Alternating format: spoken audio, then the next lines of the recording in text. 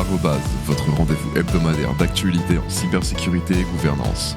Tous les vendredis à 12h30. Samsung interdit l'utilisation de ChatGPT à ses employés.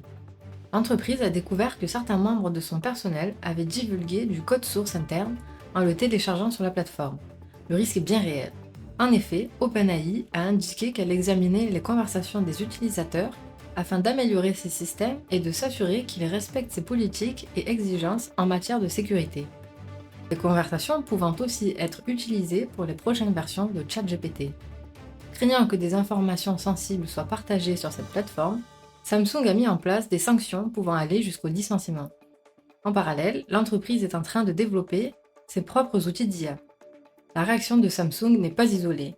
Bank of America, Citigroup, Deutsche Bank, Goldman Sachs et Wells Fargo ont également pris des mesures allant dans ce sens. Notre conseil, ChatGPT est un outil formidable pour la productivité, néanmoins, il faut l'utiliser avec parcimonie et faire très attention à ce qu'on partage dessus. Si vous avez donc un doute, mieux vaut le laisser de côté. Saviez-vous qu'en 2022, 61% des attaques ont visé des petites entreprises ? Seul un tiers des TPE et PME est considéré comme correctement protégé. Pourquoi et comment mettre en place les premières étapes d'une démarche sécurité bien calibrée ? Quel est le niveau minimum pour être crédible en tant que start-up ou entreprise de logiciels en cybersécurité ? On vous donne les réponses le jeudi 25 mai à 17h. Transformez vos défis en opportunités. Inscrivez-vous maintenant via le lien en description. L'un des pionniers du deep learning exprime ses craintes envers l'IA. Geoffrey Hinton est l'un des pionniers du deep learning pour ses travaux sur le sujet, récompensé par le Turing Award 2018. Travaillant depuis 10 ans chez Google, il a annoncé avoir quitté son poste pour pouvoir parler librement des dangers de cette technologie. Sa crainte, fake news et suppression d'emplois. Internet risque d'être tellement inondé de fausses informations, photos et vidéos que l'on ne pourra plus savoir ce qui est vrai. Et on le sait bien aujourd'hui, la désinformation est un fléau qui est difficile à combattre. Selon Hinton, depuis la course à l'IA, les géants technologiques sont enfermés dans une compétition sans fin qui risque d'aller trop loin. Il va même jusqu'à regretter ses travaux sur le deep learning. Son meilleur espoir réside dans un contrôle solidaire et international de ces technologies. Vous connaissez le film iRobot avec Will Smith ? Peut-être que ce n'est pas qu'un film de science-fiction après tout. Le principal système de défense aérien d'Israël a été piraté par les Anonymous soudanais. Le Dôme de fer, système israélien d'alerte à la roquette, a été mis à mal mardi dernier.